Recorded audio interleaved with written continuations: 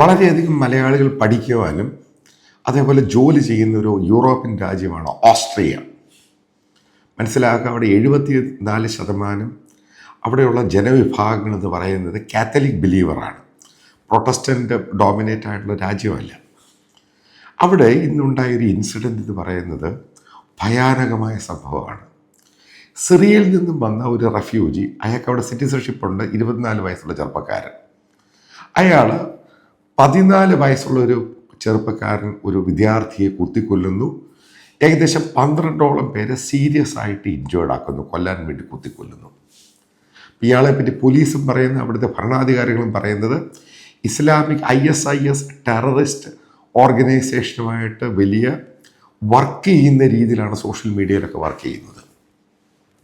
ഇത് വലിയ പ്രശ്നമായി. കാരണം നിങ്ങൾക്കറിയാം എന്താണ് ജർമ്മനിലുണ്ടായത്, അത് കഴിഞ്ഞ് പല രാജ്യങ്ങളിലും ഉണ്ടായി, ജർമ്മനിൽ അടുപ്പിച്ചുണ്ടായി. ജർമ്മനിലുണ്ട് അതേ സ്വഭാവം തന്നെയുള്ള, കാരണം നേരത്തെ ഒരു ചെറുപ്പക്കാരനെ കുത്തിക്കൊല്ലുന്നു, ഒരു അഫ്ഗാൻകാരൻ. അതേപോലെ തന്നെയാണ് ഇവിടെ ഓസ്ട്രിയയിലും ഉണ്ടായിരിക്കുന്നത്. മനസ്സിലാക്കേണ്ട പ്രധാനപ്പെട്ട പോയിന്റ്, ഓസ്ട്രിയയിലുള്ള far right movement, political movement, അവർക്ക് കഴിഞ്ഞ പ്രാവശ്യം ഏകദേശം 28% വോട്ടുകളാണ് കിട്ടിയത്. അതായത് മെജോറിറ്റി കിട്ടിയില്ല. മറ്റുള്ള പൊളിറ്റിക്കൽ പാർട്ടികളുമായിട്ട് ചേർന്നാണ് ആ രാജ്യം ഭരിക്കുന്നത്. അവിടെ ഏകദേശം 7,45,000-ഓളം 8% പോലും വരുന്ന മുസ്ലിം കമ്മ്യൂണിറ്റി ഉണ്ട്. അതിൽ ഏറ്റവും കൂടുതൽ റെഫ്യൂജി ആയിട്ട് അവിടെ വന്നവരാണ്. ഞാൻ ഇതിൻ്റെ അകത്ത് വീണ്ടും ആവർത്തിക്കുന്നു, ശരിക്കും മലയാളികളുള്ള ഒരു യൂറോപ്യൻ രാജ്യമാണ്. കാരണം മുസ്ലിങ്ങളായിട്ടുള്ളവർ ഉള്ള യൂറോപ്യൻ രാജ്യമാണ് ഈ ഓസ്ട്രിയ. കാരണം നേരത്തെ ഇതുമായിട്ട് ബന്ധപ്പെട്ട് കൂടുതൽ റെഫ്യൂജീസിനെ, അസൈലം സീക്കേഴ്സിനെ അഡ്മിറ്റ് ചെയ്യണമെന്ന് പറഞ്ഞപ്പോൾ കാത്തലിക് കൂടുതൽ ഭൂരിപക്ഷമുള്ള രാജ്യമായതുകൊണ്ട് കൂടുതൽ മുസ്ലിങ്ങളെ അവിടെ കയറ്റിയ രാജ്യം കൂടാണ്. അപ്പോൾ ആ രാജ്യത്തിൻ്റെ തീരുമാനം വരുന്നു, അതായത് ഫ്രാൻസിസ് പോപ്പ് പറഞ്ഞ കാര്യങ്ങൾ മുഴുവനും തള്ളിക്കളഞ്ഞ് അവിടെ സിറ്റിസൺഷിപ്പ് കിട്ടിയിട്ടുള്ള, ഓസ്ട്രിയൻ സിറ്റിസൺഷിപ്പ് കിട്ടിയിട്ടുള്ള മുസ്ലിങ്ങൾ ഉൾപ്പെടെ അതിൽ 8%-ൽ നിന്നും അത് 4%-ആയിട്ട് വരാൻ പോകുന്ന 2 വർഷത്തിനുള്ളിൽ കുറയ്ക്കാനാണ് തീരുമാനം. ഇത് ശരിക്കും മലയാളികളെ ബാധിക്കാൻ പോകും. അതായത് സൂഡാപ്പികൾ മനസ്സിലാക്കുക, നീയൊക്കെ മുഖാന്തരം സാധാരണക്കാരായ ആൾക്കാരെ പോലും ഇത് ഡീപ്പായിട്ട് കയറി പെനട്രേറ്റ് ചെയ്യുകയാണ്. സ്റ്റുഡൻസിനെ ഉൾപ്പെടെ പുറത്താക്കാനാണ് തീരുമാനം. അതിൻ്റെ സ്റ്റേറ്റ്മെൻറ്റുകളൊക്കെ ഓരോന്നായിട്ട് സോഷ്യൽ മീഡിയയിൽ വന്നുകൊണ്ടിരിക്കും. ഗവൺമെൻറ്റിൻ്റെ ഔദ്യോഗിക വാർത്താക്കുറിപ്പിലാണ് ഇത് പറഞ്ഞിരിക്കുന്നത്. പിന്നെന്താണ് ഗവൺമെൻറ് പറയുന്നത്? ഡീറാഡിക്കലൈസേഷൻ. അവിടെ സമാധാനമായിട്ട് ജീവിക്കുന്ന ഒരു മുസ്ലിങ്ങളോട് പോലും പറയുന്നത്, നിങ്ങൾ ഈ പറയുന്ന 5 നേരം നിസ്കാരം അതേ കയറി പിടിച്ചിരിക്കുമല്ലോ. സംഭവം സീരിയസ് ആയി. അവരുടെ സോഷ്യൽ മീഡിയ, അതായത് വാട്സപ്പ് സംഭവങ്ങളിലൊക്കെ ഇവരേത് രീതിയിലാണ് അവരുടെ റിലീജിയനുമായിട്ട് ഇൻട്രാക്ട് ചെയ്യുന്നത്, അതിനെ ബേസ് ചെയ്തായിരിക്കും എത്ര മുസ്ലിങ്ങളെ അവിടെ നിർത്തണം, എത്ര പേരെ മറ്റു രാജ്യങ്ങളിലോട്ട് അവരേത് രാജ്യത്തു നിന്നും അങ്ങോട്ട് കടത്തിവിടാൻ, അതായത് നാട് കടത്താനുള്ള തീരുമാനം. ഞാനിത് ആദ്യം പറഞ്ഞപ്പോൾ നിങ്ങൾ പല സുഡാപ്പീസും പല ആൾക്കാർക്കും വിശ്വാസം, നിങ്ങൾ ചെയ്തിരിക്കുന്ന കമൻറ്റ് ബോക്സ് ഞാൻ കണ്ടു. ഇപ്പോൾ ഓരോ രാജ്യങ്ങളും ഇങ്ങനെ തിരിയുമ്പോൾ എന്താണ് ഇതിൻ്റെ അകത്ത് മനസ്സിലാക്കാൻ സാധിക്കുന്നത്? അതായത് ലോകം മുഴുവനും ഇസ്ലാം പേരുള്ളവർ, ഇസ്ലാം വിശ്വാസമുള്ളവർ സംശയത്തോടല്ല പുറത്താക്കാൻ തുടങ്ങി. അസൈലം സീക്കറിൻ്റെ സംഭവങ്ങളൊക്കെ ഈ രാജ്യം കഴിഞ്ഞ ജർമ്മൻ ഇഷ്യൂ ഉണ്ടായപ്പോൾ അന്നേ ഇത് സസ്പെൻഡ് ചെയ്തിരുന്നു.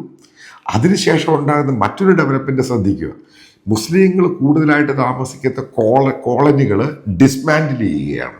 അവരൊരുമിച്ച് താമസിക്കേണ്ട, അവർ ആ രാജ്യത്തിൻ്റെ പല ഭാഗത്തും പല പ്രവിശ്യയിലുമായിട്ട് ഓരോരുത്തരായിട്ട് ഒരുമിച്ച് താമസിച്ചാലാണ് പ്രശ്നം. ഇനി അടുത്ത തീരുമാനം വരാൻ പോവുകയാണ്. കാരണം അവിടുത്തെ വാട്സപ്പ് ഗ്രൂപ്പുകളുടെ അകത്ത് അവിടെയുള്ള ഒരാൾ എനിക്ക് അയച്ചു തന്നത്, അതായത് മദ്രസ പഠനവും പള്ളികളിലുള്ള ഈ സംഭവം അതും വെട്ടിക്കുറയ്ക്കാൻ പോവുക. ഇതാണ് സംഭവം. അപ്പോൾ ഇതിനകത്ത് എന്തോ കാര്യമായ പ്രശ്നം നിങ്ങൾക്ക് ഉണ്ടായിട്ടുണ്ട്.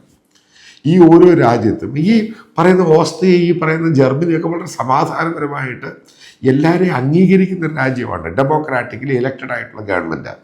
അവിടെ കാലിഫൈറ്റും പരിപാടിയൊന്നുമല്ല. എല്ലാവർക്കും ഒരേ സ്വാതന്ത്ര്യവും സംഭവങ്ങളെല്ലാം കൊടുക്കുകയാണ്.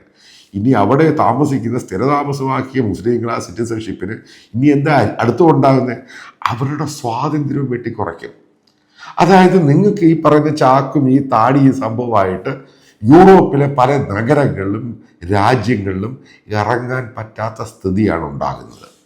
അപ്പോൾ പ്രശ്നം എന്താണെന്ന് നിങ്ങൾ തന്നെ പോസ്റ്റ്മോർട്ടം ചെയ്ത് മനസ്സിലാക്കുക.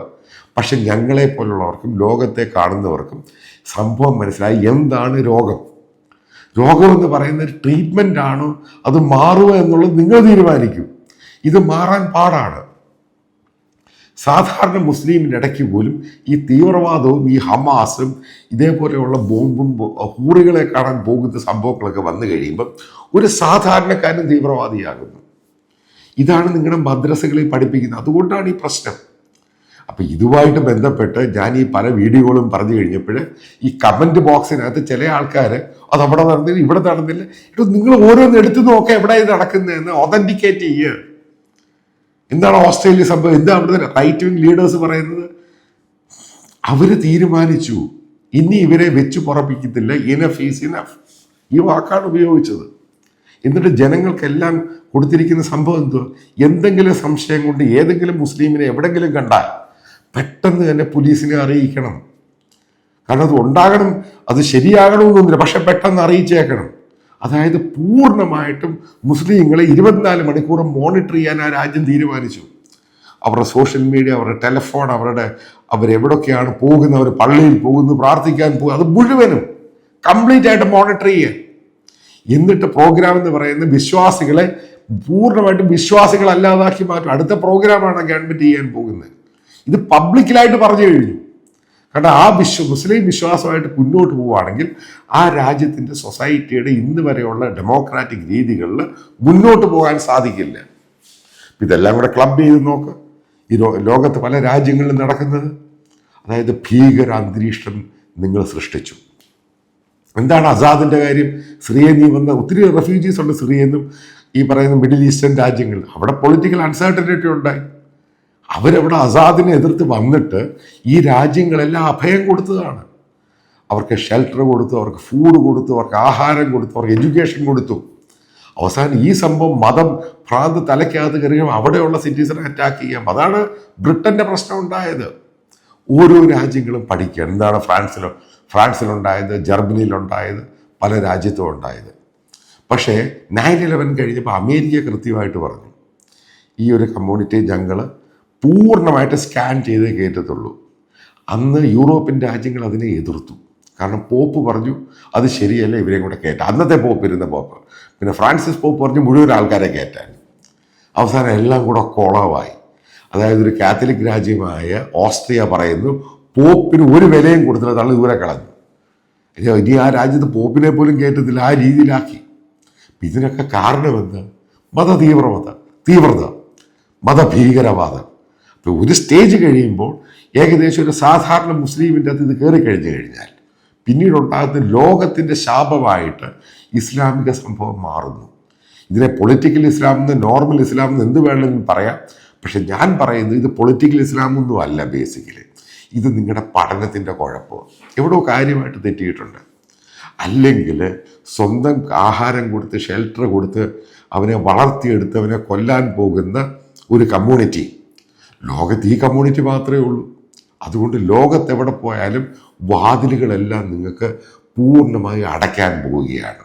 അത് കേരളത്തിലെ പാകിസ്ഥാൻകാർക്കും പിടികിട്ടണം. നീ ഉൾപ്പെടെ നീയൊക്കെ കാണിക്കുന്ന ഹമാസിൻ്റെ ആരാധകരാണല്ലോ നിങ്ങൾ.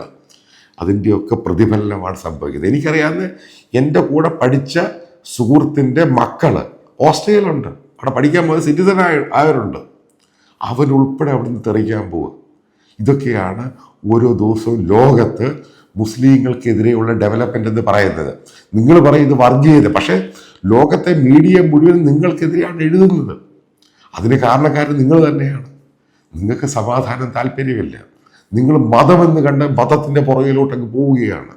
ഇതോടുകൂടി ലോകം നിങ്ങളെ വെറുക്കുന്നു, നാട് നിങ്ങളെ വെറുക്കുന്നു, ഈ ഭൂമി പോലും അതിൻ്റെ മുകളിൽ പോലും നിങ്ങളൊരു ഭാരമായി മാറുന്നു. ഇതാണ് ഓരോ ദിവസത്തെ ഡെവലപ്മെൻറ്റുകൾ നോക്കുമ്പോൾ എനിക്ക് മനസ്സിലാക്കുവാൻ സാധിക്കുന്നത്.